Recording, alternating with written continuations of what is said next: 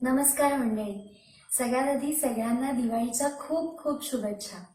दिवाळी म्हणजे आपल्या सगळ्यांचाच आवडीचा सण. या सणाच्या निमित्ताने अनेक ठिकाणी दिवाळी पहाटचे कार्यक्रम साजरे होत असतात. आपल्या घरातील दिवाळी समाजातील सगळ्यांसोबत साजरी करता यावी या विचाराने चतुरंगने 1986 साली पहिली दिवाळी पहाट केली. आतापर्यंत आपण गाण्याच्या मैफिलीने दिवाळी पहाट केल्या. त्यात ठळक म्हणजे मोठमोठ्या रांगोळ्या, शेकडो आकाशकंदील, सुगंधी स्वागत, एकत्रित सगळ्यांचा फराळ अशा गोष्टींचा समावेश असतो. पण या कोरोनाच्या परिस्थितीमध्ये आपण सगळ्यांनी एकत्र भेटणं आणि अशा मोठ्या मैफिली होणं शक्य नाही. मग काय करता येईल? तर मग गेल्या 4 कार्यक्रमांप्रमाणे ऑनलाईन दिवाळी पहाट करायची का, असा विचार आला. पण या पहाटमध्ये गाणंच करायचं का वेगळं काही करता येईल? कारण पहिली चतुरंगाची दिवाळी पहाट ही वाहतो ही दुर्वांची जुडी या नाटकानेच केली होती. म्हणजे यावेळीही आपण वेगळं काहीतरी करूच शकतो. मग काय करता येईल? कोणीतरी एखाद्या वेगळ्या विषयावर बोलू शकतो का? म्हणजे ती शब्दांची मैफिलच झाली छान. मग कला क्षेत्राशी निगडीत असं कोण वेगळ्या विषयावर बोलू शकतो, असा विचार करता करता विद्याकाकांना आपल्या जवळचा मित्र सुबोधदादा आठवला. तो एक उत्तम अभिनेताच नव्हे तर 4 गाजलेल्या लोकमान्य ठरलेल्या अशा चित्रपटांचा निर्माता सुद्धा आहे. तर त्याने त्याच चित्रपटांच्या कथा सांगितल्या तर, कारण त्याचे विषयही खूप वेगवेगळे आणि मोठे आहेत. लोकमान्यांसारखा बालगंधर्व, कट्यार आणि काशीनाथ घाणेकर या सगळ्यांच्या कथा म्हणजे खूप छान भावेप्रयोगच होईल. ही कल्पना सुबोधदादाशी बोलून झाल्यावर त्यालाही ती खूप आवडली. मग या कल्पनेचे आपण 3 भाग केले. पहिला म्हणजे मुलाखतीचा, दुसरा एकपात्री कथनाचा आणि तिसरा गप्पा गोष्टींचा. आता 3-4 तास सलग आपल्या मोबाईलवरती, लॅपटॉपवरती ही मैफिल बघणं थोडंसं हेक्टिक होऊ शकतं. त्यामुळे आपण या कल्पनेचे 3 भाग केलेत. ते चतुरंग दिवाळी पहाट म्हणून 3 दिवस दाखवणार आहोत बरं का. त्यामुळे आपल्यासाठी ही 3 दिवसांची पर्वणीच ठरणार आहे. हे 3 भाग चतुरंगाच्या 3 केंद्रांनी म्हणजेच रत्नागिरी, डोंबिवली आणि नाशिक मित्रमंडळ असे 3 दिवस आम्ही वाटून घेतले. त्यामुळे रत्नागिरीच्या पहिल्या दिवसाच्या दिवाळी पहाटचा आजचा विषय आहे लोकमान्य टिळक, लोकप्रिय कट्यार. लोकांमध्ये मान्य झालेली आणि लोकप्रिय असणारी 2 व्यक्तिविषय. हे आपल्याला चित्रपट रूपातून माहिती आहेतच. पहिला म्हणजे लोकमान्य एक युगपुरुष आणि दुसरा कट्यार काळजात घुसली. याच चित्रपटाच्या संदर्भातील सुबोधदादाची मुलाखत त्याच्याच चित्रपटातील सहकारी मिलिंद कुलकर्णी घेणार आहेत. आज दिवाळीच्या पहिल्याच दिवशी आपल्यासमोर हे 2 मान्यवर आहेत. त्यामुळे चतुरंग प्रथेप्रमाणे आपण त्यांचं अत्तरकुपी आणि गुलाब पुष्प देऊन स्वागत करूयात. मी आपल्या दीपक मराठे सरांना विनंती करते की त्यांनी आपल्या मान्यवरांचं स्वागत करावं. आता आपणही या मैफिलीचा आस्वाद घेऊयात. परत एकदा सगळ्यांना खूप खूप शुभेच्छा. आणि पुढील सूत्र आता या कलावंत जोडीकडे. लोकमान्य टिळक, लोकप्रिय कट्यार. धन्यवाद.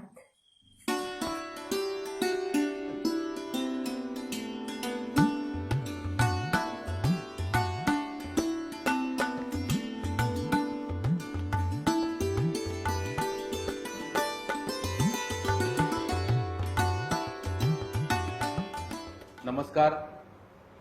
चतुरंग प्रतिष्ठान आयोजित दिवाळी पहाटचा भावे प्रयोग या खरोखर या वर्षीच्या आगळ्या वेगळ्या पहाट दिवाळी कार्यक्रमामध्ये चतुरंगाच्या शब्दशः लाखो रसिकांचं मी निवेदक मिलिंद कुलकर्णी मनपूर्वक स्वागत करतो.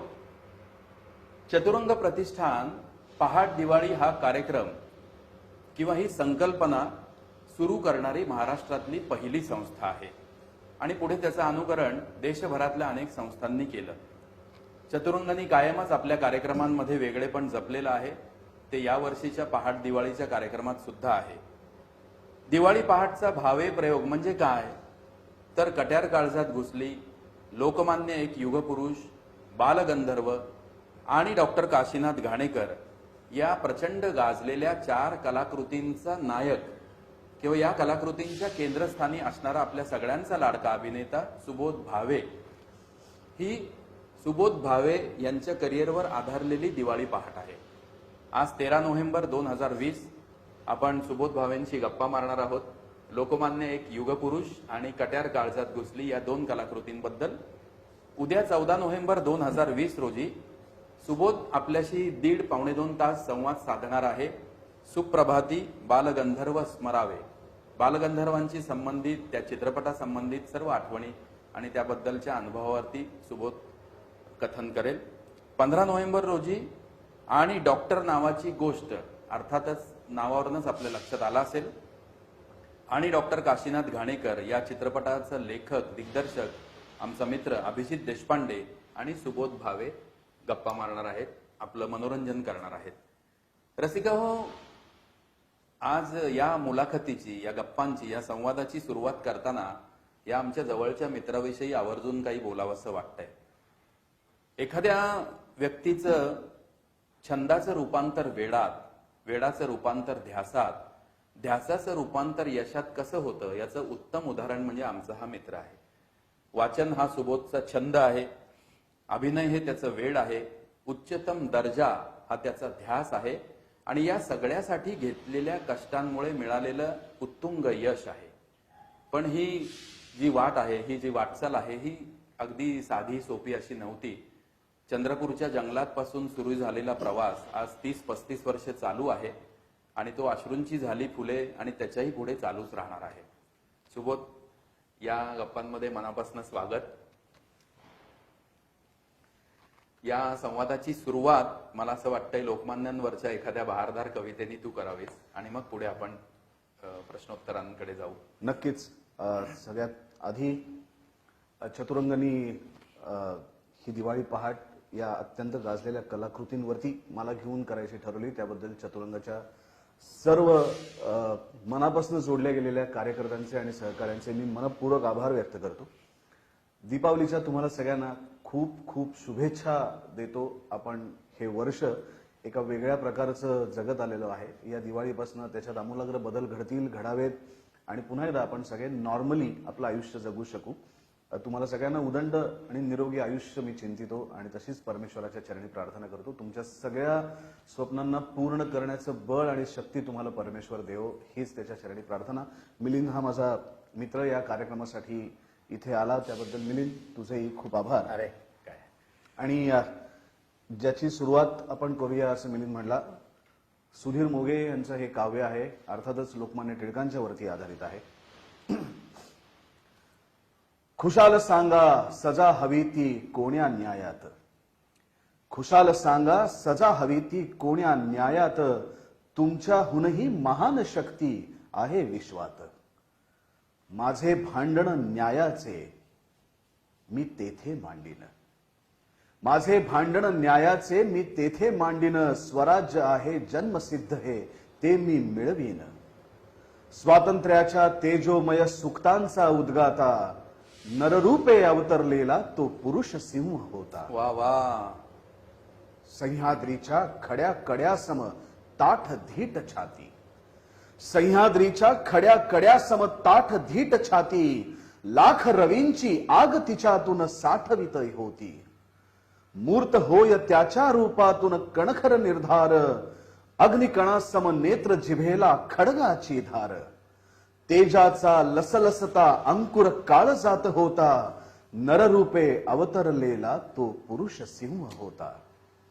गोठून थिजल्या समाज पुरुषा जागविले याने, गोठून थिजल्या समाज पुरुषा जागविले याने, अवघड शास्त्रातील गुप्त ही पारखिले त्याने. वा. कठोर कारागृही यातना शोषित असताना, मग्न राहिला उकलित गीतेतील रहस्यांना. उदंड कर्तृत्वाचा साक्षात मेरुमणी होता, उदंड कर्तृत्वाचा साक्षात मेरुमणी होता, नररूपे अवतरलेला तो पुरुष सिंह होता. जगा वेगळा होता तरी हा जनतेचा नेता, जगा वेगळा होता तरी हा जनतेचा नेता. लोकमान्य या शब्दालागी तो भूषण होता. विराट देशही होय पोरका तो गेला तेव्हा, विराट देशही होय पोरका तो गेला तेव्हा. आभाळाला फुटला पाझर तो गेला तेव्हा. सहस्त्र नयनी जणू नियंता शोकाकुल होता, नररूपे अवतरलेला तो पुरुष सिंह होता, तो पुरुष सिंह होता. वा वा वा, क्या बात है. या निमित्ताने लोकमान्यांच्या बरोबर त्यांचं इतकं सहज शब्दामध्ये योग्य वर्णन करणाऱ्या सुधीर मोघे साहेबांच्या स्मृतीलाही आम्ही मनापासून वंदन करतो. खूपच मोठा माणूस. सुबोध, मला एक उत्सुकता आहे. खूप वेळेला आपण भेटलोय, स्टेजवर भेटलोय, बाकी पण भेटत असतो, अनेकदा गप्पा होतात.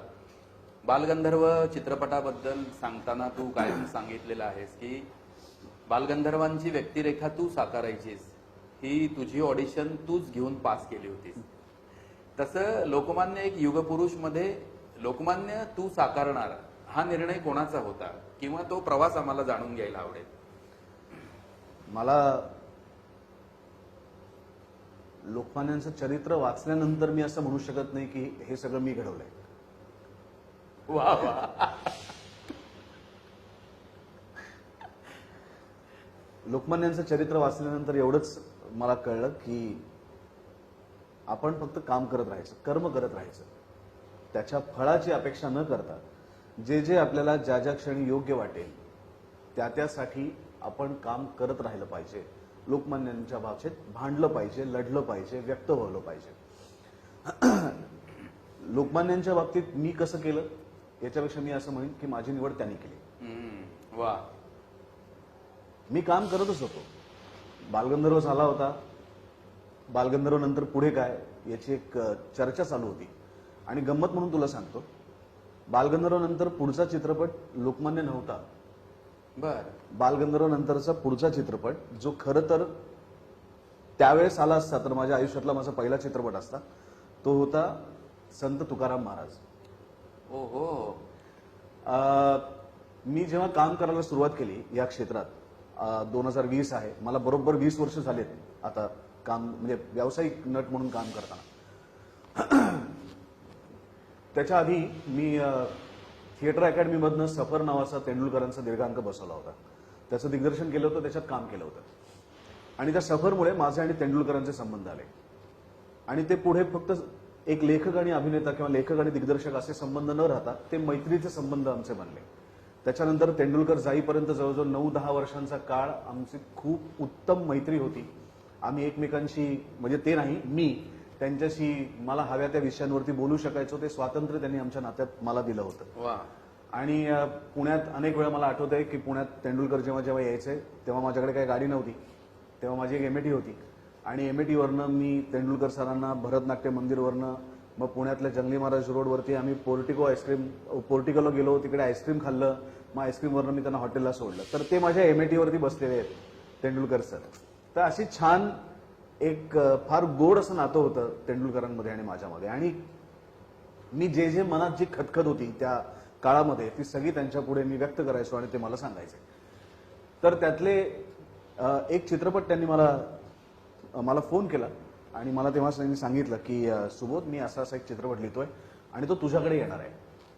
तर माझ्याकडे येणार आहे म्हणजे त्या काळात काय व्हायचं की त्या काळात तेंडुलकर बऱ्याचशा लोकांसाठी काहीतरी लिहायचे आणि ते जर पुण्यात शूटिंग असेल तर ते मला फोन करून सांगायचे की जरा ही मंडळी काहीतरी करतात, त्यांना जरा मदत कर लोकेशन शोधून द्यायला, किंवा त्यांना कोणी ऍक्टर असेल तर त्यांना मदत कर शोधून द्यायला. आणि ते मी करत होतो.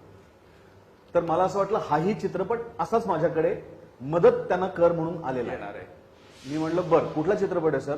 ते म्हणले तुकाराम महाराजांवरती मी लिहिलंय आणि जरा वेगळ्या प्रकारचा तुकाराम आहे. अर्थात तेंडुलकर काही रुडार्थाने तुकाराम महाराजांवरती तशाच पद्धतीने लिहिणार नाहीत.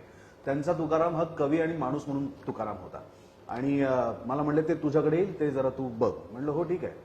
तर ते गोगे आनंद नावाचे दिग्दर्शक माझ्याकडे आले आणि त्यांनी मला सांगितलं की ते सगळं चित्रपटाचं वगैरे सांगितलं. आणि मग सगळ्यात शेवटी त्यांनी मला असं सांगितलं की तेंडुलकरांनी तुकाराम महाराजांच्या भूमिकेसाठी माझी निवड केली.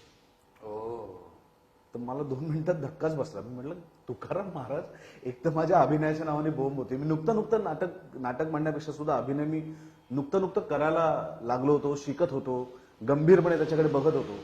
आणि अशा वेळेस डायरेक्ट तुकाराम महाराज, तर मला जरा भीती वाटली. मी तेंडुलकरांना फोन केला, म्हटलं ते गंमत करतात का माझे? ते म्हणले नाही, मी खरंच, म्हणजे माझ्या डोक्यात माझा डोक्यातला चेहरा तुझाच आहे.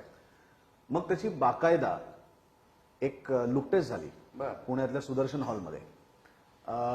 धोतर आणि ती तुकाराम महाराजांची सदरा घालून वरती त्यांची पगडी लावून मिशी लावून आणि माझ्या या दगडावरती पहिला ज्याचा हात लागला तो होता विक्रम गायकवाड. ओहो, क्या बात है. तर विक्रम गायकवाडनी तुकारामांच्या भूमिकेसाठी माझी पहिली लुक टेस्ट केली. मग त्याच्यानंतर तो चित्रपट गोगी आनंदकडनं संजय सुरकरांकडे आला.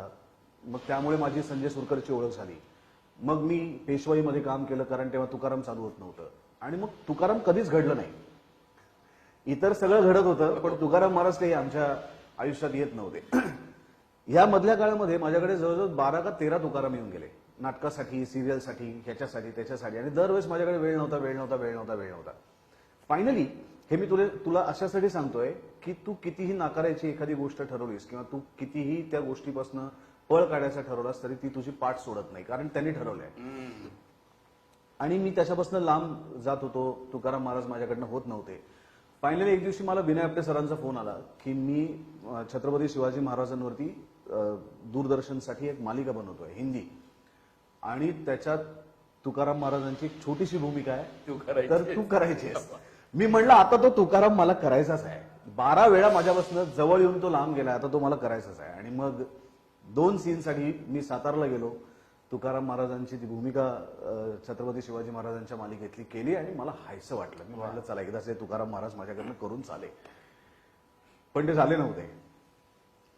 बालगंधर्व झाल्यानंतर मी आणि नितीन देसाई आम्ही विचार करत होतो की आता पुढे काय करता येईल, पुढे कोणाचं. तर नितीनला म्हटलं नितीन तेंडुलकरांनी चित्रपट दिलाय तुकाराम महाराजांवरती आणि तेंडुलकरांचं निधन झालं होतं. मी म्हटलं तर तेंडुलकरांची आठवण काहीच नाही आपल्याकडे.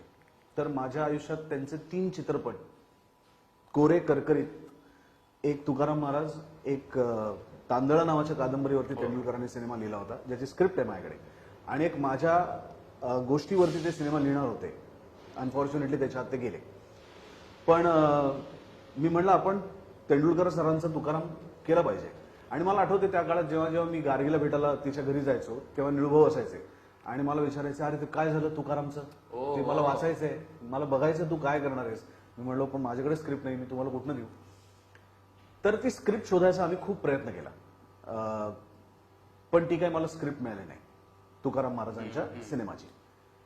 मधल्या काळात बालगंधर्व झाल्यानंतर मग हळूहळू अनेक लोक तो सिनेमा बघत होते, त्याच्याबद्दल अप्रिशिएट करत होते, कोणी टीका करत होतं, कोणी काय जे. पण माझ्याकडनं माझं काम करून झालं होतं त्यामुळे नंतर त्याचं काय घडतं याच्याशी मला घेणं देणं नव्हतं. बरोबर. एक दिवशी कळा या लागल्या नाटकाच्या प्रयोगाला शरद पोंक्षे आला आणि शरद मला म्हणला मला तुला काहीतरी द्यायचं आहे. तर मी म्हटलं प्रयोगाला ये, नाटक पण बघ. तो म्हणला नाटक त्यांनी पाहिलं होतं, तो नुसताच भेटायला म्हणून आला कळाच्या प्रयोगाला, बोरिवलीच्या प्रयोगाला. आणि येताना एक असं छान गिफ्ट रॅप केलेलं एक पुस्तक सदृश्य काहीतरी घेऊन आला आणि त्यांनी ते मला दिलं. मला म्हणला मला बालगंधर्वातलं तुझं काम खूप आवडलं आणि तुझ्यासाठी एक छोटीशी भेट आणली मी, कशी वाटते मला सांग. म्हणलं हो शरद मी नक्की हे बघतो आणि तुला सांगतो मी. आणि ते तसंच मी ठेवून दिलं बॅगेत. पुढे 2-4 दिवस गेले, मी विसरून गेलो. शूटिंगला मी निघालो. टुरिंग टॉकीज या सिनेमाचं शूटिंग होतं. आता या सिनेमाच्या शूटिंगवरतीच 2 गोष्टी घडल्यात म्हणून मी ते म्हणजे मी या सगळ्या घटना सांगतोय कारण लोकांना असं वाटतं की हे सगळं मी घडवलंय, पण मी जे म्हणतो ना योगा योग आणि त्यांनी जे ठरवलेलं असतं ते तसंच होतं. तर त्या टुरिंग टॉकीजच्या सेटवरती मी गेलो. कराडच्या पुढे वाठार नावाचं एक गाव आहे आतमध्ये, त्या वाठार नाही 40-45 किलोमीटर आतमध्ये एक गाव आहे, तिकडे आमचं शूट होतं. आणि दुसऱ्या का तिसऱ्या दिवशी माझी उशिराची शिफ्ट होती, 2, 2:30 का 3, 4ची शिफ्ट होती. मी सकाळी उठलो आणि बॅग आवरत होतो तर शरदने दिलेलं ते गिफ्ट तसंच पडून होतं. मी म्हटलं अरे हे उघडायचंच राहिलं म्हणून मी ते उघडलं तर असाच लोकमान्य टिळकांचा फोटो त्याच्यावरती मला दिसला. हा याच्यावर दिसतो तसा. आणि पुस्तक होतं ते, आणि पुस्तक होतं दुर्दम्य ही कादंबरी, गंगाधर गाडगिळांची कादंबरी. बरं वेळ होता माझ्याकडे बाकी काही वाचायला आणलं नव्हतं. मी पुस्तक उघडलं लोकमान्य टिळकांचं. आता टिळक आपल्याला काय माहितीये, तर टिळक आपल्याला फक्त शाळेत शिकवलं तेवढेच माहितीये, 2 मार्कांसाठीच आहे. मी शेंगा खाल्ल्या नाही, मी टरफलं उचलणार नाही आणि स्वराज्य हा माझा जन्मसिद्ध हक्क आहे आणि तो मी मिळणार. याच्या पलीकडचे टिळक आपल्याला माहितीच नाही. त्यातल्या त्यात अजून माहिती असतात की त्यांनी गणेशोत्सव त्याची सुरुवात केली आणि शिवजयंतीची सुरुवात केली, एवढंच आपल्याला माहिती आहे. मी ते दुर्दम्य वाचायला घेतलं आणि मी तुला खोटं नाही सांगत, पहिल्या 4-5 पानांनंतर माझ्या आजूबाजूच्या सगळ्या गोष्टी बंद झाल्या. म्हणजे आजूबाजूला येणारे आवाज, खालनं रस्त्यावरनं जाणाऱ्या वाहनांचे आवाज, त्यांचे हॉर्न, इकडून तिकडून कोणीतरी हॉटेलमधला कर्मचारी ओरडत चाललाय त्याचे आवाज, आणि तो एक भवताल. मी त्या 1856 मध्ये त्या कादंबरीतनं गेलो आणि मी जसं गंगाधर गाडगे त्या पुस्तकात मला टिळकांविषयी सांगत होतं, तर मला असं वाटत होतं की मी प्रत्यक्ष त्या ठिकाणी आहे आणि त्या सगळ्या घटना घडलेल्या मी बघतोय आणि तटस्थपणे का होईना माझ्या समोर तो सगळा पट टिळकांच्या आयुष्याचा उलगडताना मी पाहिला. मी पुस्तक ठेवलं तेव्हा मी मंत्रमुग्ध होणं म्हणजे काय असतं तर त्या अवस्थेत मी होतो. कारण टिळकांचं चरित्रच आपल्याला माहिती नाहीये. म्हणजे या काही आयुष्यातल्या त्यांच्या अतिशय छोट्या छोट्या गोष्टी सोडल्या तर प्रकर्षाने टिळकांचं कार्यच आपल्याला माहिती नाही. आपल्याला माहितीच नाहीये की टिळक काय होते. आणि त्या पुस्तकाने टिळकांची माझी तशी ओळख करून दिली आणि मी मंत्रमुग्ध झालो. मला ना इतकं अस्वस्थ व्हायला लागलं की मला राग आला शालेय शिक्षणाचा. सगळ्यात पहिल्यांदा मला राग आला त्या मार्कांमध्ये जगणाऱ्या आणि जगवणाऱ्या सगळ्या सिस्टीमचा. आणि मला असं वाटलं की का मला शाळेमध्ये असताना टिळकांविषयी फक्त 2 मार्कांचं शिकवलं गेलं असेल, का मला फक्त शिवजयंती आणि गणेशोत्सवातलेच टिळक सांगितले गेले असतील, का मला फक्त ती जी घटना कधीच घडली नाहीये, मी शेंगा खाणार नाहीत, मी टरफलं उचलणार नाहीत, ती न घडलेली घटना मला का सांगितली गेली असेल. आणि का मला हे टिळक किंवा जसं म्हणतात की शाळेत येणारे कुठलेही महापुरुष असतात तर ते आपल्याला नीट सांगितलेच जात नाही. आपल्याला कुठला तरी अमेरिकेचा, लॅटिन अमेरिकेचा, युरोपचा, फ्रेंच राज्यक्रांतीचा इतिहास की ज्यांनी माझ्यावरती काही फरक पडणार नसतो, पण माझ्या देशातल्या माझ्या नेतृत्व करणाऱ्या नेत्यांचं, राष्ट्रपुरुषांचं चरित्रच मला सांगितलं जात नाही. मला छत्रपती शिवाजी महाराज नीट शिकवले जात नाहीत, मला संभाजी महाराजांचं चरित्र नीट शिकवलं जात नाही, मला मधल्या पेशव्यांच्या काळात काय घडलं, मग बाजीराव पेशवे असतील ते मला शिकवलं जात नाही, मला महात्मा फुल्यांबद्दल शिकवलं जात नाही, मला टिळकांबद्दल शिकवलं जात नाही, मला बाबासाहेब आंबेडकरांबद्दल. बाबासाहेब आंबेडकर म्हणजे कोण तर घटना लिहिणारे. अरे पण मग त्यांच्या आयुष्याचा पट, त्यांचं कार्यकर्तृत्व ते कोण शिकवणार. आणि मग आपलं ज्ञान अर्धवटच राहतं, आपल्याला काहीच माहिती नसतं आपल्या लोकांबद्दल. आणि मला हा सगळा संताप माझ्या मनात दाटून आला. मला असं वाटलं की मला चीड आली शाळेची. आमच्या शाळेची नाही, कारण तेव्हा सगळ्या शाळांमध्ये हे शिकवलं जात होतं. ओव्हरऑल त्या शिक्षणाची चीड आली. आणि जसं त्यांनी 1 वर्ष व्यायाम करायचं ठरवलं शिक्षण सोडून, तसं मला असं वाटलं तर 1 वर्ष काहीच नाही करायचं, आता फक्त वाचायचं असं मला एका क्षणी वाटून गेलं. म्हटलं अरे. मग मी रोहित टिळकला फोन केला. रोहित टिळकला, कारण बालगंधर्वच्या काळामध्ये रोहितनी मला खूप मदत केली होती. आणि रोहितला फोन केला. म्हटलं रोहित, तुझे आजोबा काय भारी होते यार. तो म्हणला अरे तू मला काय सांगतोय, मला माहितीच आहे. म्हटलं नाही नाही, तुला सांगतोय म्हणजे मला आता कळलं म्हणून मी तुला सांगतोय. तर काहीतरी आपण काहीतरी करूया. मी हे शूटिंग संपून येतो, आपण काहीतरी करूया.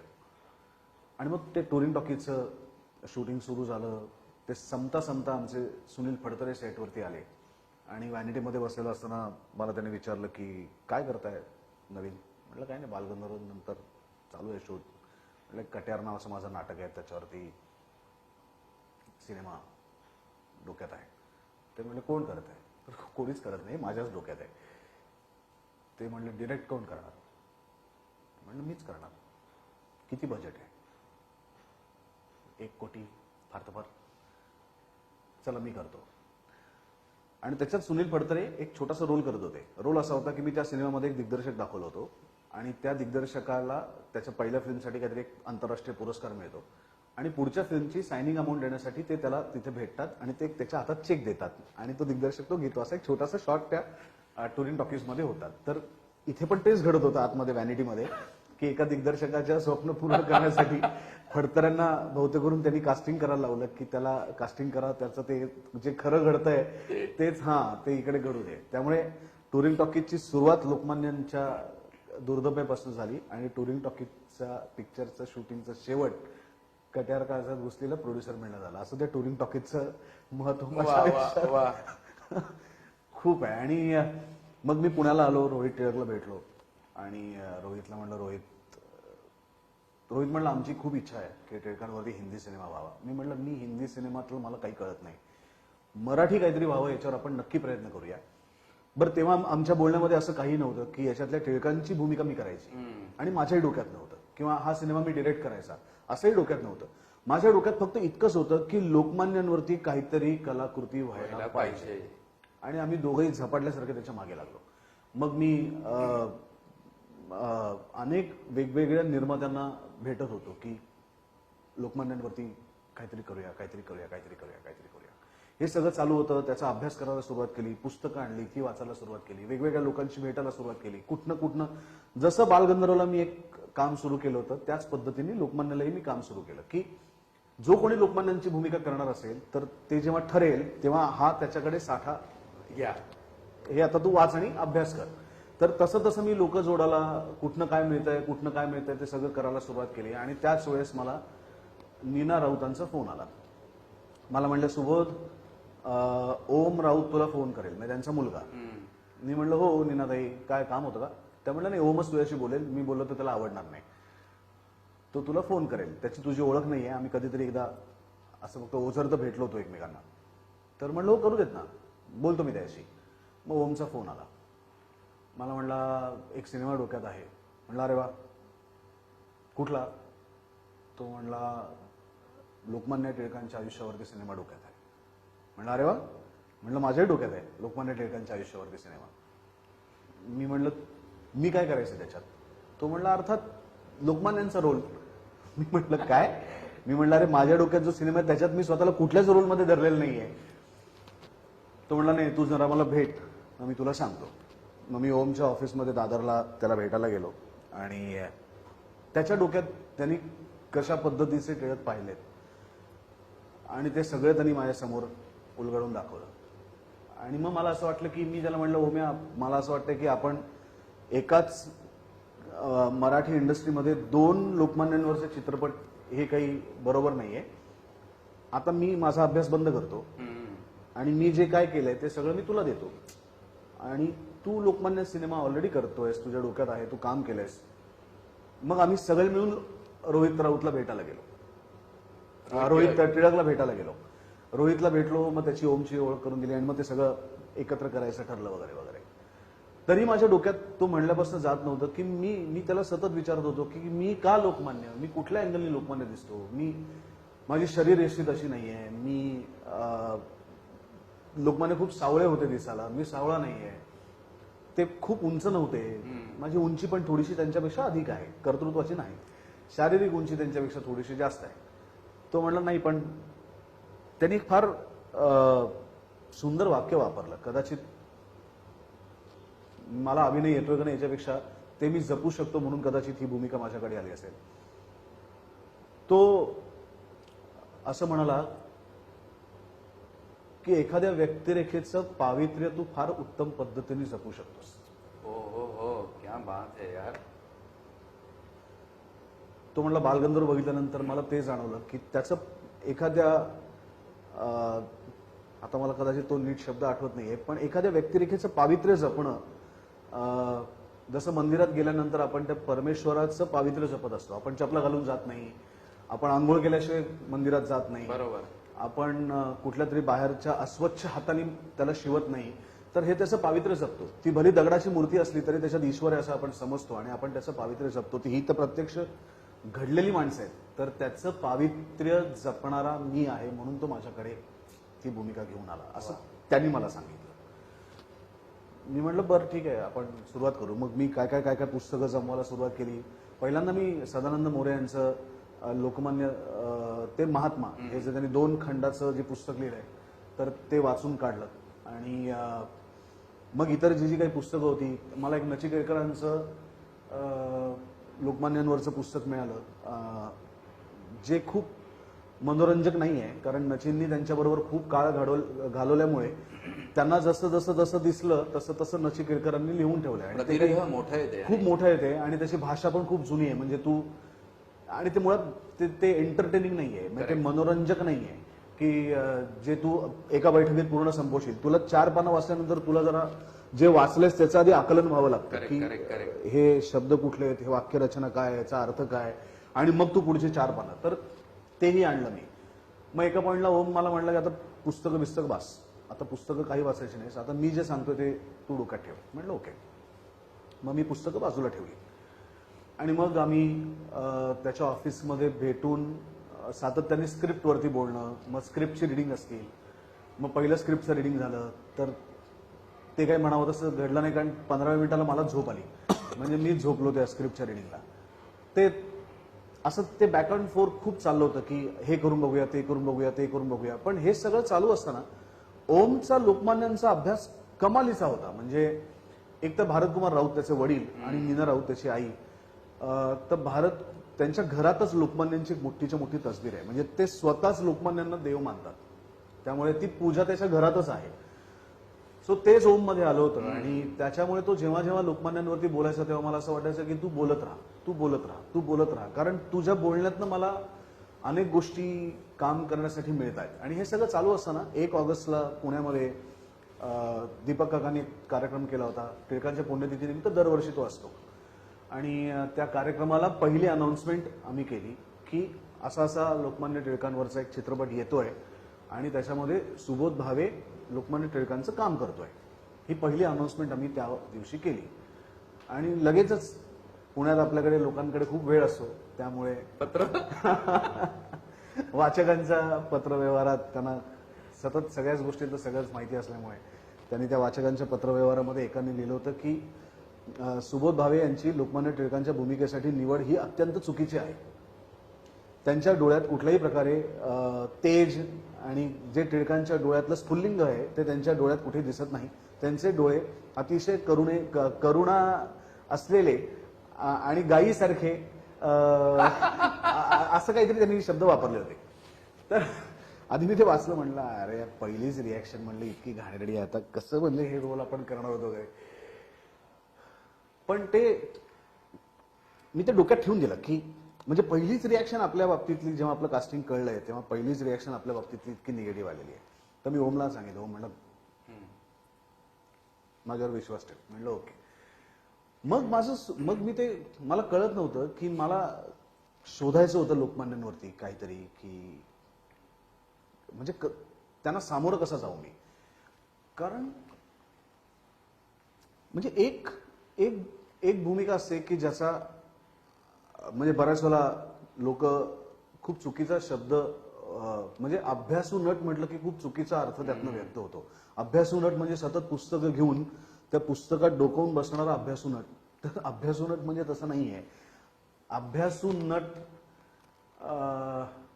मला असं वाटतं की नटाचं पहिलं काम जे आपल्याला शिकवलं जातं की तुम्ही तुमचं सर्व इंद्रिय कुठलीही गोष्ट टिपण्यासाठी म्हणून ओपन ठेवली पाहिजे, म्हणजे उघडी असली पाहिजे. तुमचे डोळे, तुमचा कान, तुमचं नाक, तुमची नजर, तुमचा भवताल, या सगळ्या गोष्टींमधून तुम्ही काय काय टिपता ते खूप महत्वाचं आहे. आणि ते टिपून त्याचं पृथक्करण करून त्याचं अनालिसिस तुम्ही तुमच्या मेंदूमध्ये करून जे नेमकं त्या भूमिकेसाठी हवंय ते नेमक्या पद्धतीने त्या क्षणी त्यावेळेस कसं उपलब्ध करून देता प्रेक्षकांच्या समोर, दिग्दर्शकाच्या समोर, कॅमेऱ्याच्या समोर. हा जो तुमच्या डोक्यामध्ये आतमध्ये जे सतत एक द्वंद्व चाललेलं असतं की हे करायचं का ते करायचं, हे योग्य दिसेल का हे योग्य दिसेल, या द्वंद्वातनं जे तुमच्या समोर येतं ते किती उत्तम पद्धतीने तो आणतो त्याला अभ्यास म्हणतात. आणि तो अभ्यास म्हणजे फक्त पुस्तकी अभ्यास नसतो. कारण एकदा एखादी व्यक्तिरेखा करायची ठरवल्यानंतर ती जेव्हा तुम्हाला दिग्दर्शक सांगतो की व्यक्तिरेखा तुम्ही आहेत, तेव्हापासनं त्याचं काम तुमच्या मेंदूमध्ये सुरू झालेलं असतं. बरोबर. ते भले 1 वर्षांनी करा, 2 वर्षांनी करा, पण ते तुमच्या डोक्यात सुरू असतं. तर तसं ओमनी जरी माझी पुस्तकं बंद केली होती तरी सुद्धा आपण टिळकांना कसं सामोरं जायचं आहे किंवा त्या माणसाला आपल्या शरीरामध्ये आणून कसं आपण सादर करायचं आहे, तर हा एक विचार सतत चालू होता. आणि तो माणूस असा नाहीये ना की सर्वसामान्य बँकेत नोकरी करणारा 9 ते 6 जॉब करून पेन्शनची चिंता करणारा असा तो माणूस नाहीये. तर त्याचं जे काही आपण आता काहीतरी त्यांचं, तू पण खूप वाचलंयस टिळकांचं, आणि मला असं वाटतं की म्हणजे याच्यातलं काहीतरी एक छोटंसं काहीतरी जरूर काही म्हणजे साध्या गोष्टी आहेत की साताऱ्यात असताना श्री दादासाहेब करंदीकर वकील यांच्या जुबिली निमित्तानं लोकमान्य आले असताना त्यांची भव्य मिरवणूक काढण्यात आली. मिरवणुकीत त्यांच्यावर छत्रछामरे ढाळण्यात आलेली पाहून त्यांचा संताप झाला. छत्रछामरे काढून टाका असे परोपरीने सांगून पाहिले, त्याकडे लोकांनी दुर्लक्ष केले. अखेर सातारच्या राजवाड्यासमोर मिरवणूक आल्यावर टिळक म्हणाले, हे बंद करा, माझ्याच्यानं हे पाहवत नाही. राजवाड्यासमोरून गाडीतून मिरवणे म्हणजे राजवाड्याचा अपमान व स्वराज्याची चेष्टा करणे नव्हे का? तेव्हा दादासाहेबांनी तसे करवले व लोकमान्यांना हायसे वाटले. तर हे म्हणजे काही टिळक नाहीत. मला असं वाटतं की एखाद्या गोष्टीमध्ये या सगळ्या महापुरुषांना आपण एखाद्या अँगलनी किंवा एखाद्या गोष्टीमध्ये घालून आपण त्यांना पाहूच शकत नाही. ते चौफेर आहेत. तुम्ही कुठल्याही बाजूनी बघितलं, जसं हत्तीच्या बाबतीत ते म्हणतात की सात आंधळ्यांची गोष्ट, 7 आंधळ्यांची गोष्ट आहे की एकाने शेपूट पकडली, एकाने पाय धरला, एकाने सोंड बघितली आणि त्या प्रत्येकाला तो हत्ती वेगळा दिसला. तसा आपण जर हा समाज असू आणि तो आपण आंधळाच आहे असं गृहीत धरूया, तर या समाजाने या लोकमान्य टिळकांकडे किंवा कुठल्याही राष्ट्रप्रवृत्तीकडे कुठल्याही बाजूनी बघितलं तरी आपल्याला ती त्यांची महानताच दिसते. आणि मग त्याच्यातनं आपण कसं त्यांना आपल्या वशात म्हणण्यापेक्षा कवेत घ्यायचं आणि आपण त्यांना कसं साकार करायचं हे खूप मोठी अवघड गोष्ट आहे. आता टिळक ही अशी व्यक्तिरेखा आहे की जसं गांधी चित्रपटामध्ये महात्मा गांधींच्या आयुष्यात फुटाफुटाला ड्रामा आहे, भगतसिंगांच्या आयुष्यात फुटाफुटाला ड्रामा आहे आणि त्यांच्या आयुष्याचा क्लायमॅक्स इज भगतसिंगांना झालेली फाशी आहे. किंवा सावरकरांच्या आयुष्यातही फुटाफुटाला ड्रामा आहे. त्यांनी त्या बोटीतनं मारलेली उडी असेल, त्यांना काळ्या पाण्याची झालेली शिक्षा असेल, त्याच्यानंतर भारतात येऊन सुद्धा त्यांना न मिळालेला मान असेल. अशा अनेक गोष्टी आहेत की त्याच्यामध्ये नाट्यमयता भरलेली आहे खचून. पण टिळकांचं चरित्र वाचलं तर आपल्या असं लक्षात येतं की तशी नाट्यमयता जी चित्रपटाला लागते, जी कलाकृतीला लागते, तशी टिळकांच्या आयुष्यात नाहीये. म्हणजे नाट्यमयता आहे पण ती टिळकांनी कोणावर तरी बॉम्ब टाकला, टिळकांनी कोणाच्या तरी कानशिलात लगावली, टिळकांनी कोणावर तरी बंदूक चालवली, टिळकांनी कोणावर तरी तलवार उगावली, असं काहीच नाहीये. जे आहे तो सगळा मेंदूचा खेळ आहे. मेंदूचा खेळ आहे कारण प्रचंड बुद्धिमत्ता आणि स्वतः मुळात एक अतिशय उत्तम असे गणितज्ञ असलेले टिळक. आणि मला असं वाटतं की 1856 मध्ये त्या दापोलीच्या चिखलगावामध्ये जन्मलेला एक मुलगा वडिलांबरोबर तिकडे रत्नागिरीमध्ये येतो, रत्नागिरी त्या घरात राहतो आणि मग त्याची ते 10 वर्षाचा असताना त्याच्या त्या अजूनही तुम्ही टिळकवाड्यात तिकडे रत्नागिरीला गेलात तर टिळकांनी 7व्या वर्षी केलेली संस्कृत मधली कविता तिथे बोर्डवरती लावलेली आहे. म्हणजे संस्कृत भाषेवरती त्यांचं खूप प्रभुत्व असतं कारण वडिलांकडनं ते संस्कार त्यांच्यावरती झालेले असतात. आणि मग 10 वर्षाच्या नंतर ते उच्च शिक्षणासाठी किंवा शिक्षणासाठी पुण्याला जातात त्यांच्या काकांबरोबर, कारण वडील गेलेले आहेत पण वडिलांनी जाता जाता 5,000 रुपये आपल्या मुलासाठी ठेवलेले आहेत. त्यामुळे पैशाची ददात नाही पण शिक्षणाचा ध्यास आहे. मग पुण्याला गेल्यावरती ते पुण्यात हळूहळू एक एक शाळेत शिकत जातात. मग त्यांना वेगवेगळे सवंगडी भेटत जातात. मग त्याच्यात त्यांनी ज्यांच्याबरोबर पुढचं राष्ट्रीय कार्य केलं ते आगरकर असतील, अजून त्यांच्याबरोबरचे खरे असतील, ही सगळी मंडळी त्यांना भेटत जातात. मग पुण्यातलं आधीचं नेतृत्व असलेले न्यायमूर्ती रानड्यांचे काही म्हणणं त्यांना पटत नाही, मग त्याच्या विरुद्ध हे म्हणणं मांडायला लागतात. मग आपण व्यक्त होण्यासाठी आपल्याला फक्त, कारण आजकाल काही फेसबुक आणि ट्विटरचा काळ नव्हता तो, तर व्यक्त होण्यासाठी टेलिव्हिजन पण नव्हतं, तर कशाद्वारे व्यक्त होणार? आपल्या मनात जी खतखत आहे, जसं नाटकांमध्ये काम करणाऱ्या आमच्या कलाकारांच्या प्रत्येकाच्या मनामध्ये बंडखोरी असते पण त्या बंडखोरीला चालना देणारं एक नाटक नावाचं माध्यम आम्हाला सापडतं. तसं टिळकांच्या बाबतीत जी मनामध्ये साठलेली अस्वस्थता होती, बंडखोरी होती, या सगळ्याला चॅनलाइज करणारं काहीतरी हवं. आणि म्हणून तो सुरू केलेला केसरी आणि मराठा सारखा न्यूजपेपर असेल किंवा सुरू केलेली न्यू इंग्लिश स्कूल सारखी शाळा असेल, मग वेगवेगळी कॉलेजेस असतील, आणि त्याच्यातनं म्हणजे मला असं दिसलं की टिळक एका जागी कधीच थांबून राहिलेले नाहीयेत. ते प्रवाही आहेत आणि प्रवाही फक्त कर्माच्या बाबतीत म्हणजे कार्यकर्तृत्वाच्या बाबतीत नाहीयेत, तर विचारांच्या बाबतीतही प्रवाही आहेत.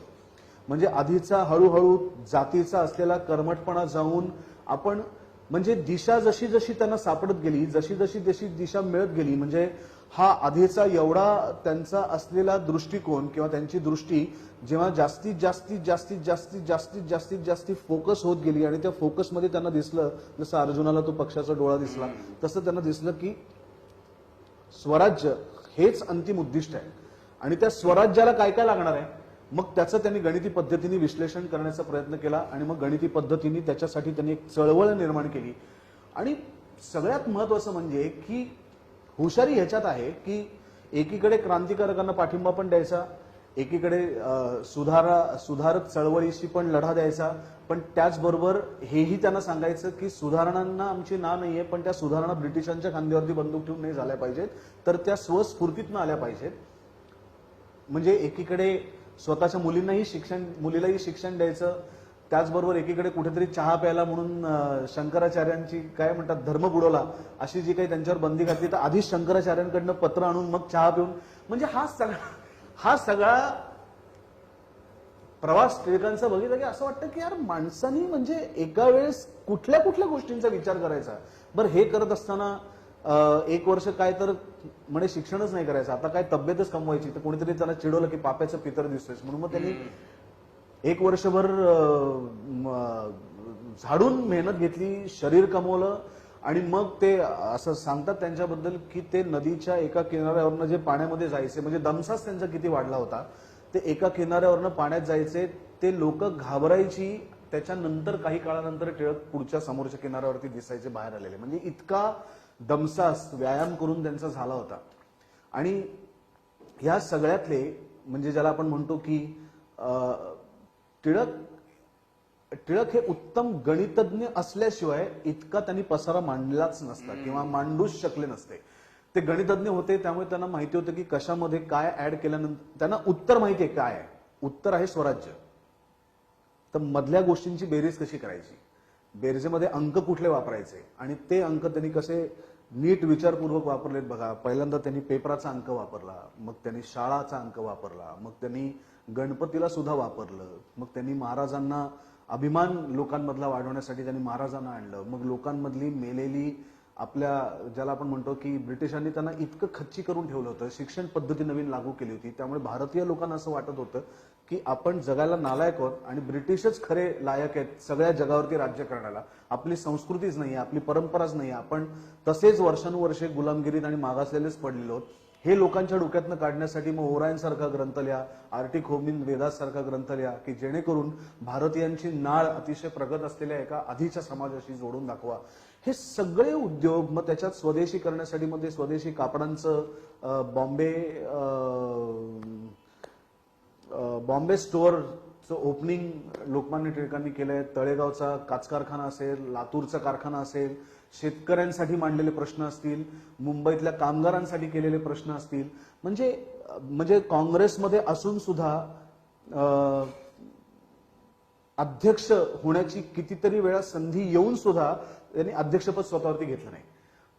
त्यांनी कायम पडद्यामागे राहून काम केलं असेल आणि मग सातत्याने ते चाफेकर असतील, सावरकर असतील, वेगवेगळे म्हणजे वासुदेव बळवंत फडक्यांकडे हा लोकमान्य टिळक नावाचा तरुण मुलगा शिकायला गेला होता बंडखोरी, की आपल्याला जे जे जे साध्य करायचंय त्याच्यासाठी हा मार्ग आहे का.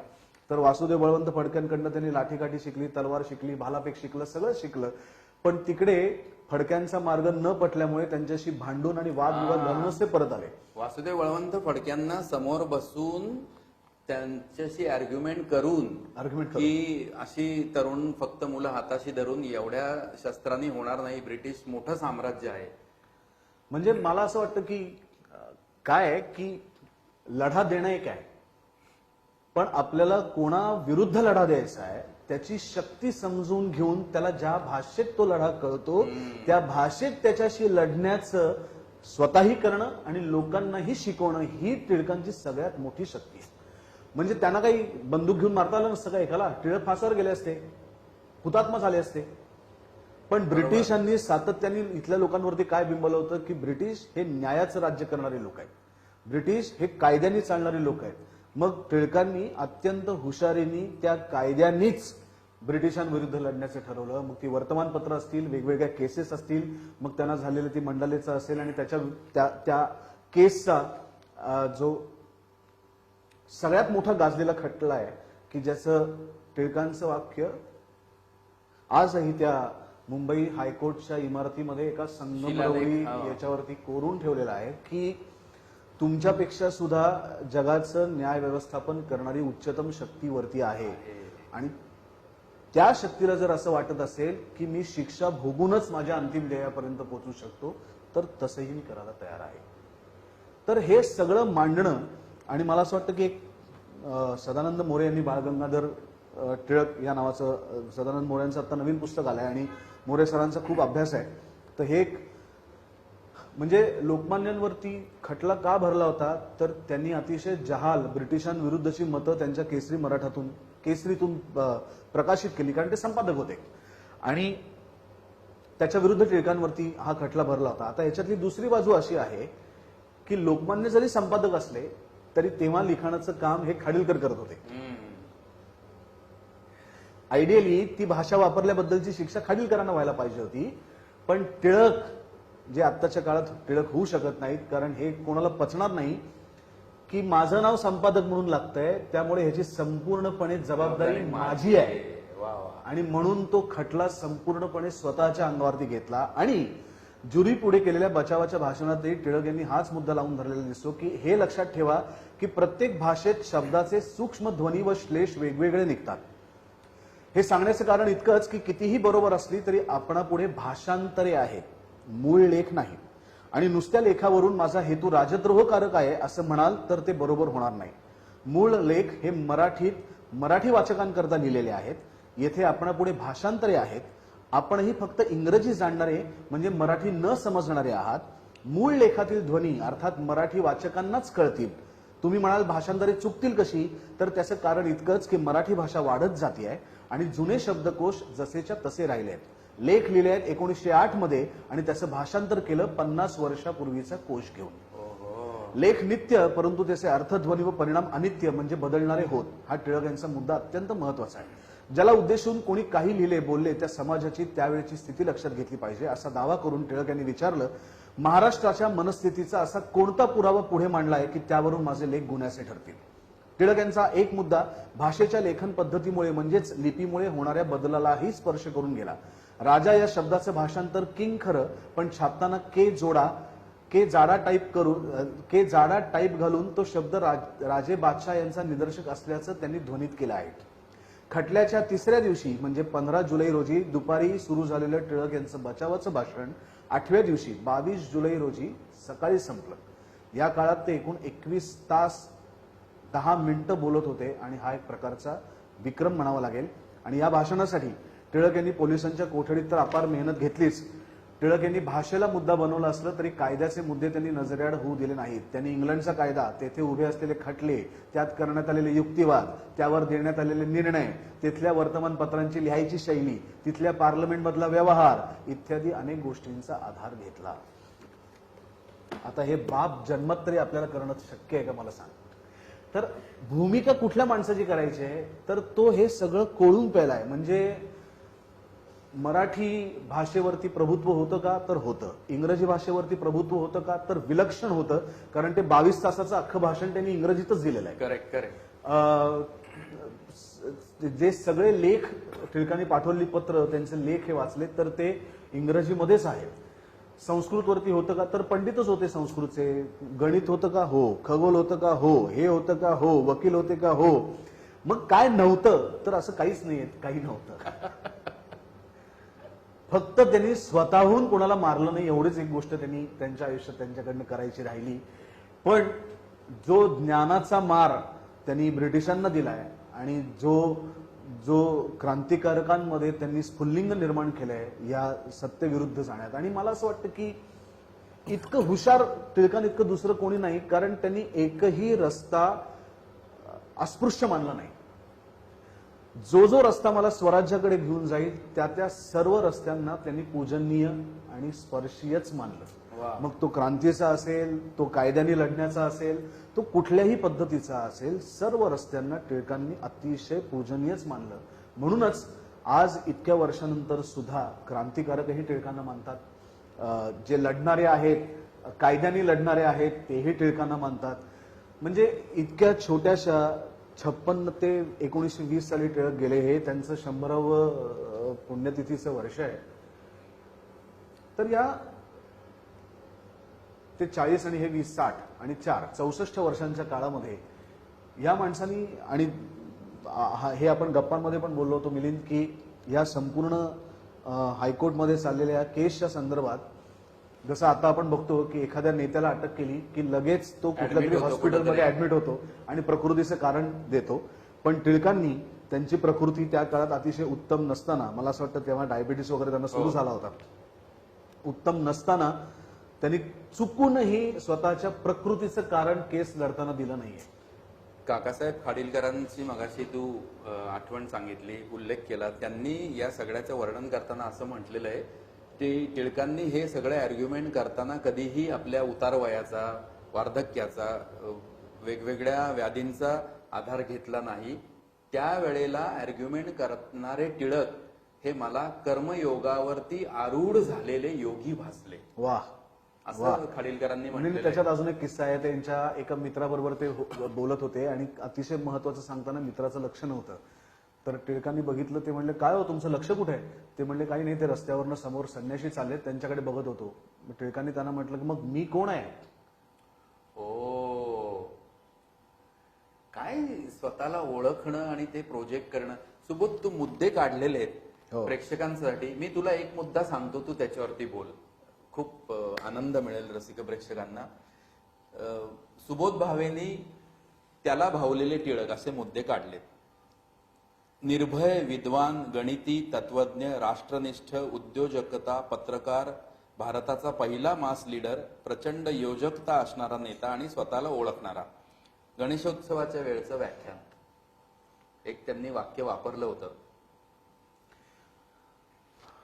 पहिलं त्यांचा एक जुना फोटो उपलब्ध आहे. तो आहे केशवजी नाईक गिरगाव या चाळीमध्ये, जेव्हा त्यांनी गणेशोत्सवाची सुरुवात केली. आता काय, आपल्याला आता गणेशोत्सव कोणी चालू केला याच्यावरनं पण आपल्याला भांडायला वेळ आहे. पण कुठल्या विचारांनी टिळकांनी सुरू केला ते महत्वाचं आहे ना. गणेशोत्सव स्वतः गणपतीने सुरू केला असेल, त्याच्याशी काय घेणं देणं आहे आपल्याला? कुठल्या विचारांनी सुरुवात केला आणि त्याचा काय पद्धतीने वापर वापर करून तो केला. राष्ट्रीय स्तरावरती नेला. म्हणजे आपल्याला धार्मिक भावना, लोकांच्या धार्मिक भावनांशी ब्रिटिश चुकूनही खेळ खेळणार नाहीत हे ओळखून लोकांना एकत्र आणण्यासाठी त्याचा वापर करणारे टिळक म्हणूनच वेगळे ठरतात. आणि त्या भाषणात त्यांनी असं म्हटलंय की, म्हणजे हा विरोधाभास आहे, फक्त मी त्या भाषणातला एक शब्द सांगून पुढे जातो की त्या भाषणात त्यांनी असं म्हटलंय की देशकार्य म्हणजेच देवकार्य. खलास.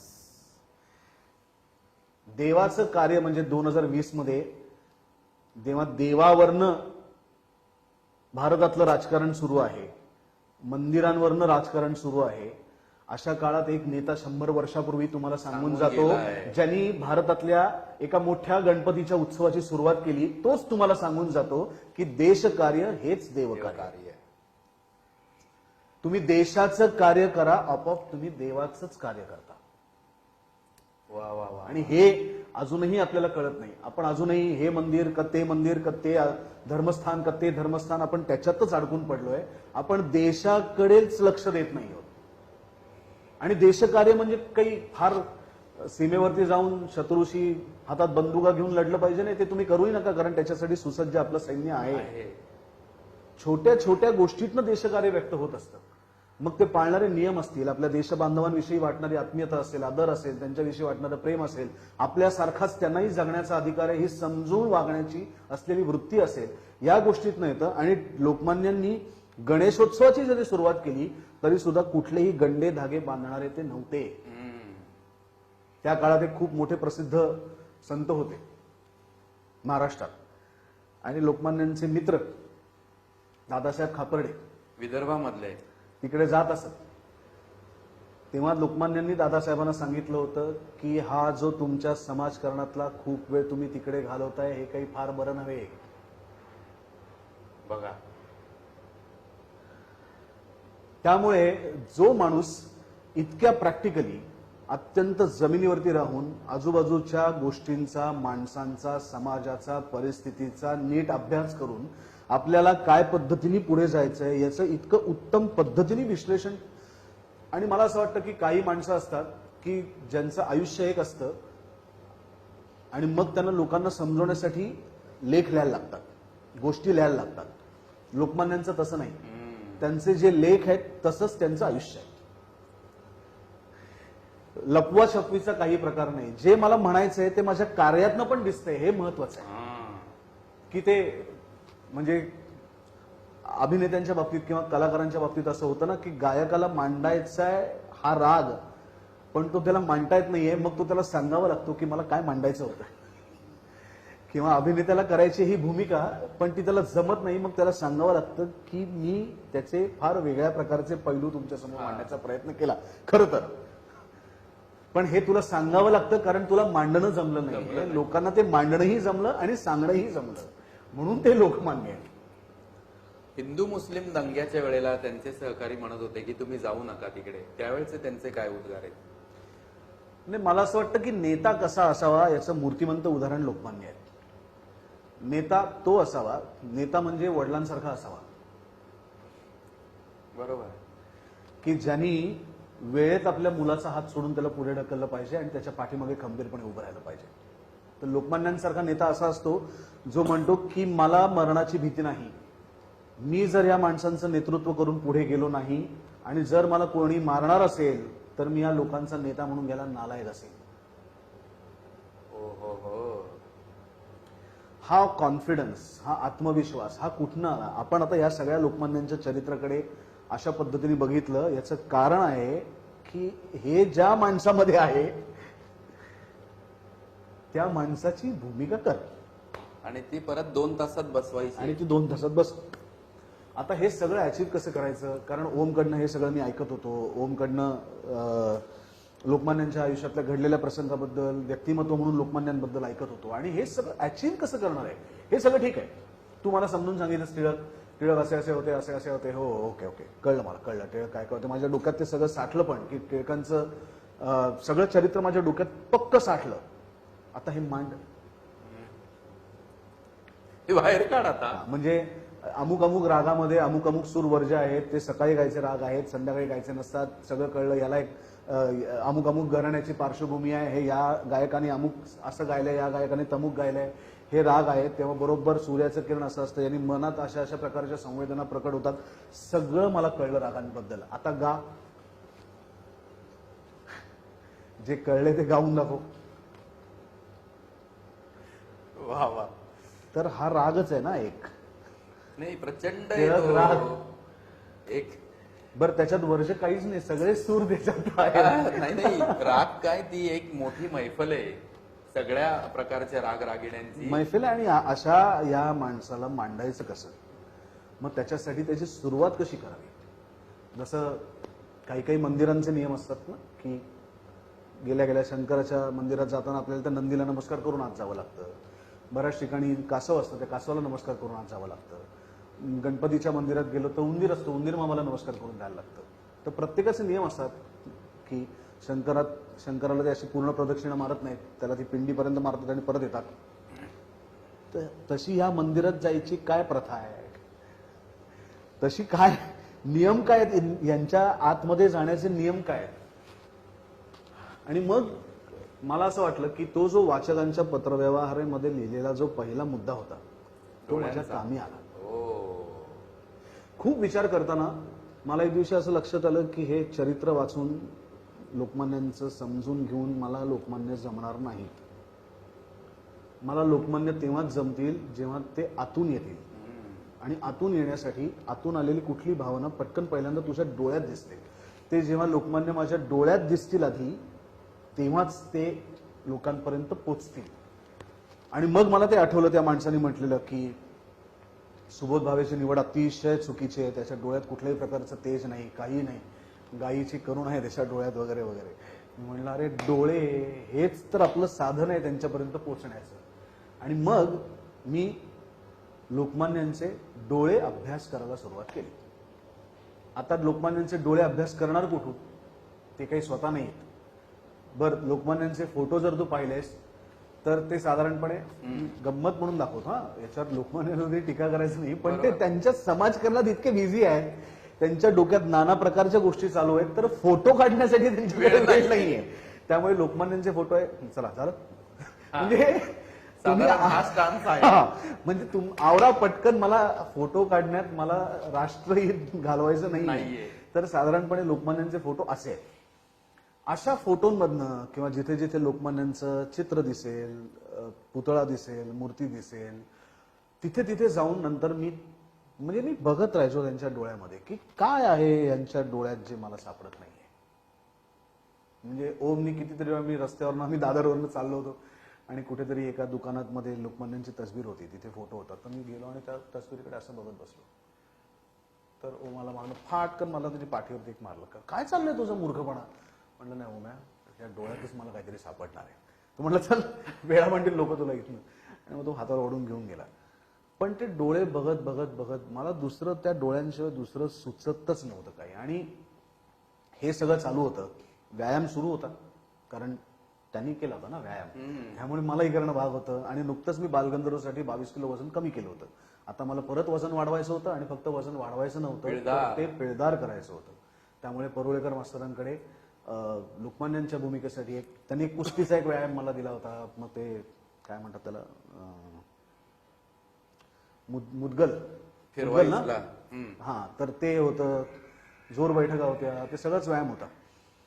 आणि हे सगळं सुरू होतं. आणि पहिली लुक टेस्ट म्हणजे आता लुक टेस्ट काही अशी काही त्याच्यावर काही होणार नव्हतं, पण आता आपण शूटिंगला सामोरे जाणार आहोत, तर आपण आता हे दोघं दिसतात कसे, म्हणून लोकमान्य आणि त्यांची बायको असं एक फोटोशूट कम एक लुक टेस्ट करायचं ठरलं. आणि ओमच्या ऑफिसमध्ये आम्ही विक्रम गायकवाडाला मी एका खोलीत बंद करून घेतलं. बाहेर सगळे ओम आणि त्याचे सहकारी होते. आणि तो विचार करत असताना, म्हणजे बालगंधर्वच्या वेळेस पण मी सांगीन मी आता, की मेकअपला बसताना जेव्हा तुम्ही स्वतःकडे अत्यंत फोकसली बघता, तेव्हा तुम्हाला आतमध्ये घडणाऱ्या छोट्या छोट्या गोष्टी सुद्धा जाणवतात. विचारांमध्ये होणारे बदल असतील, शरीरात होणारे बदल असतील, या सगळ्या गोष्टी जाणवतात. आणि तसं विक्रमनी मला मेकअप करायला सुरुवात केल्यानंतर तेव्हा माझं टक्कल नव्हतं, त्यामुळे विक्रम टक्कल लावत होता. आणि त्याला खूप वेळ, जवळजवळ 2-2.5 तास त्याला मेकअपला लागले, कारण टक्कल लावायचं होतं, ते मॅच करायचं होतं, रंग सावळा करायचा होता, अनेक गोष्टी होत्या. आणि तसं त्यांनी करायला सुरुवात केल्यानंतर आरशामध्ये ते टक्कल बघितलं, मग तो बदलणारा रंग बघितला, आणि मग हळूहळू ते ट्रान्सफॉर्मेशन सुबोध भावेतनं लोकमान्य टिळकांमध्ये जो विक्रम गायकवाड करत होता, ते बघून मला त्या डोळ्यांमधलं एक गणित जाणवलं, की जे मी शोधत होतो की काय आहे या डोळ्यात, तर या डोळ्यांमध्ये महासागरामधली शीतल शांतता आहे, जी खूप आतमध्ये खोलवर महासागरात जेव्हा तू जातोस तेव्हा त्या महासागराच्या पोटात अनंत गोष्टी असतात, पण वरती जर का बघशील तर एक कमालीची शांतता असते. या सगळ्या गोष्टी कोळून प्यायल्यानंतर जे एक अथांगपण येतं ते त्यांच्या डोळ्यात आहे. आणि दुसरं मला एक त्यांच्या डोळ्यामध्ये जाणवलं, ते म्हणजे प्रचंड रोमॅन्टिक आहेत टिळकांचे डोळे. रोमॅन्टिक कुठल्या अर्थाने, की आपल्या देशावरती प्रेम करणाऱ्या एका अत्यंत राष्ट्रभक्त माणसाचे डोळे आहेत, की ज्याचं देशावरती विलक्षण प्रेम आहे. आणि ती एक त्या कुठल्याही प्रेमवीरामध्ये एक जी एक वेडसर झाक असते थोडीशी, ती त्या डोळ्यांमध्ये आहे. की म्हणजे ते मिळवण्यासाठी मी काही करेन. करेक्ट. तर माझी परीक्षा नका बघू. तर ते जे आहे ना, ते त्या डोळ्यात आहे. आणि ते त्या मेकअप करताना मला हा विचार डोक्यात आला, आणि असं अंगावर शहारे येतात तसे शहारे आले. आणि ते सगळं झालं. मग धोतर नेसलं, कुर्ता घातला, टिळकांची पगडी घातली, मिशी लावली गेली, हातात ती काठी आली त्यांची, आणि दार उघडलं गेलं. आणि मी बाहेर आलो तर समोर ओम प्रसाद भेंडे, आमचा कॅमेरामन, ओमचे सगळे असिस्टंट होते. म्हणजे तो आम्ही शूट का नाही केला आम्हाला कळलं नाहीये, की मी बाहेर आलो आणि ओमची अवस्था झालेली. तर मी बाहेर आलो आणि ओम गुडघ्यावर बसला. तो ढसा रडायला लागला. काही बोललाच नाही, तो एक शब्द बोलला नाही. तू ओमच्या रडण्याचा आता उल्लेख केलास. तुझ्या पुस्तकामध्ये तुझी पण आठवण तू लिहिली आहेस, की आतून काहीतरी कढ दाटून आले आणि ओमचा हात हातात घेऊन तू रडलास. ते कशाचं रडणं होतं सगळं?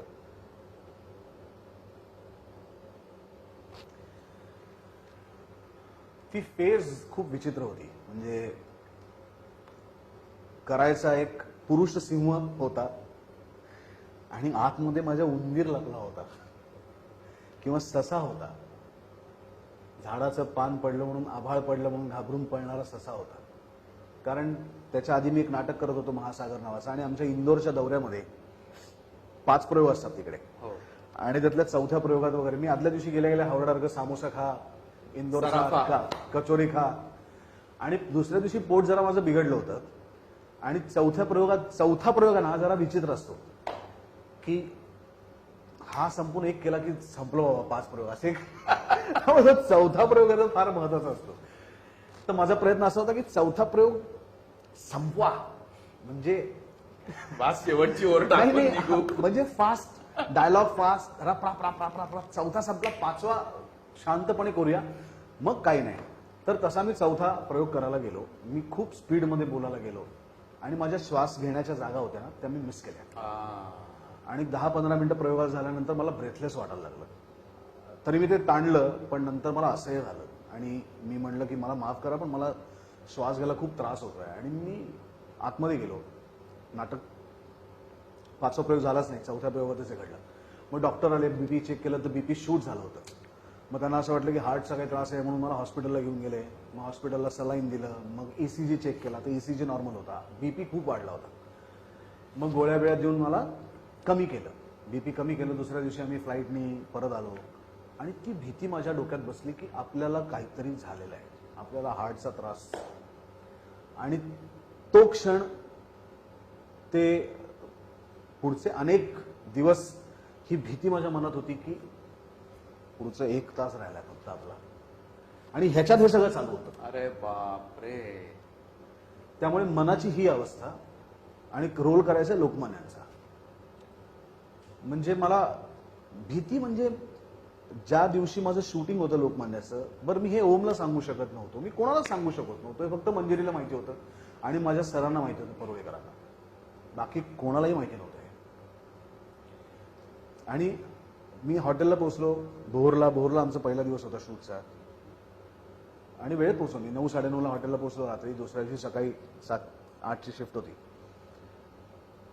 मला पहाटे 3-3:30 पर्यंत झोप नव्हती. मी ओमला फोन केला रात्री, ओम्या तू येतोस का प्लीज इकडे, कारण मी एकटा वेगळीकडे होतो आणि ही सगळी लोक वेगळीकडे होती. मला झोप येत नाहीये, अस्वस्थ, भयंकर अस्वस्थ, की उद्याचा पहिला शॉट पण आपण बघू शकणार नाही कदाचित. होत काहीच नव्हतं इथे, फक्त एन्झायटी. इथे बिघाड झाला होता. आणि मग वेगवेगळ्या उपाययोजना माझ्या मधल्या काळात करून झाल्या होत्या. मग डॉक्टर, 4 प्रकारचे डॉक्टर होते माझे, होमिओपॅथी, ॲलोपॅथी, आयुर्वेदिक आणि अजून कोणीतरी, आणि त्यांचं औषध, आणि प्लस अजून कुठले कुठले स्वामी वगैरे पण माझे सुरू झाले होते. आणि या सगळ्यातनं जात असताना मला असं वाटलं की मी हा रोल कसा करणार आहे. 4 वेगवेगळ्या पॅथीजच्या डॉक्टरांची ट्रीटमेंट चालू होती एकाच वेळेस. माझ्या रूममध्ये सगळ्या गोळ्या होत्या, होमिओपॅथीच्या होत्या, आयुर्वेदिक होतं, ॲलोपॅथी होतं, असं सगळं होतं. आणि तो पण होता. असं सगळं होतं तरी मानसिक शांतता नव्हती. आणि ती कशी मिळवायची मला माहित नव्हतं. आणि आता मी लोकमान्य उद्या सेटवर जाऊन मिशी लावून, टक्कल लावून, या माझ्या मित्रांनी इतकी वर्ष त्याचं एक स्वप्न बघून मला कास्ट केलंय. आणि आता म्हणजे लुक टेस्ट वगैरे, रिहर्सल वगैरे सगळं ठीक आहे, पण आता कॅमेरा रोल झाल्यानंतर जर मी हे सगळं जर माझ्या समोर आलं आणि माझ्यावर हावी झालं तर लोकमान्य माझ्यासारखे नाही वाटले पाहिजेत ना. हो, म्हणजे ज्यांच्या लेखणीने धडकी भरायची. हा, म्हणजे सरकारचं डोकं ठिकाणावर आहे काय असं लिहिणारा माणूस माझं डोकं ठिकाणावर आहे का असं नाही विचारतं का मला. तर ते मेकअप वगैरे झाला, सेटवरती पूजा झाली, आणि पहिला सीन ते मुंबईच्या इथनं बाहेर पडतात आणि त्यांचा एक पोलीस फॅन असतो, तो त्यांना सांगतो की आत्ता जाऊ नका, तुम्हाला पकडायला पोलीस येतात. आणि लोकमान्य शांतपणे हसतात आणि जातात. एवढा शॉट होता.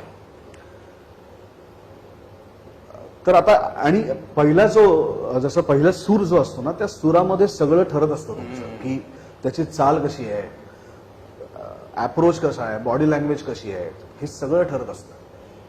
आणि आतमध्ये जेव्हा हे सगळं ठरत होतं आणि मी त्या सेटवरती हा सीन करण्यासाठी जात होतो, तर मी सगळ्यात शेवटच्या क्षणाला मी त्यांना प्रार्थना केली. म्हणलं आत्तापर्यंत मी जे जे काही तुमच्याबद्दल ऐकलंय, वाचलंय, तुमचं पाहिलंय, हा सगळा एक भाग, तुमच्याबद्दल मनामध्ये जे वाटतं तो दुसरा भाग, पण आता तुम्हाला सादर मला करायचं आहे. तर आता तुम्हीच मला सांभाळून घ्यायचं आहे. आणि आता हे सगळा अभिनेत्याचा विचार खड्ड्यात गेलात. मला आता एकच लोकमान्य दिसत आहेत, ते म्हणजे शाळेच्या गॅदरिंगला जर तुला लोकमान्य करायला सांगितले तर तू ज्या आवेशात उभा राहशील, लोकमान्यांचा अभ्यास न करता, तो आवेश मला हवाय. बस. आणि ते मी स्वतःला सांगून मी सेटवरती गेलो. मग तो आवेश आल्यानंतर व्यायाम केला होता, त्यामुळे आपोआप छाती पुढे काढूनच तुझं चालणं होतं. तर त्याच्यात बाहेर पडलो. मग ते मेकअपमुळे पण तू दिसायला लागतो स्वतःला तसा, त्याच्यामुळे पण फरक पडतो. या सगळ्या गोष्टी जुळून आल्यामुळे लोकमान्यांचं उभं राहणं असेल, म्हणजे त्या कॅरेक्टरमधलं त्यांचं चालणं असेल, त्यांचं बोलणं असेल, त्यांचं बघणं असेल, हे सगळं तंतोतंत झालं. ओमला पहिला शॉट आवडला, त्याने ओके केला आणि मला ते सगळं साठवून ठेवलेलं सहन नाही झालं. मी त्याला म्हटलं प्लीज माझ्यावर जरा ये, आणि मी त्याला कोपऱ्यात घेऊन गेलो आणि पुढचा अर्धा तास मी त्याच्या खांद्यावरती डोकं ठेवून रडत होतो. मी त्याला फक्त म्हटलं मी तुला काहीच सांगणार नाही, पण मी तुला सांगू शकत नाही मी आता कशातनं जातोय आणि माझ्यासाठी हा पहिला शॉटच खूप महत्वाचा होता. हा मी केला. आता तू डोंट वरी, आता पुढचं सगळं होईल. मला ह्याचीच भीती होती.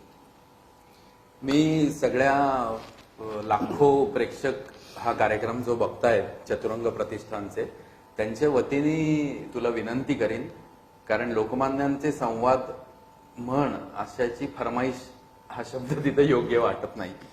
तर या चित्रपटामधले 2-3 फार ऊर्जा देणारे संवाद आहेत. स्वराज्य आहे, कोण कुठला ब्रिटिश देश आहे, आभाळ कोसळलं तरी, ते आम्हाला तुझ्याकडनं ऐकायला आवडेल.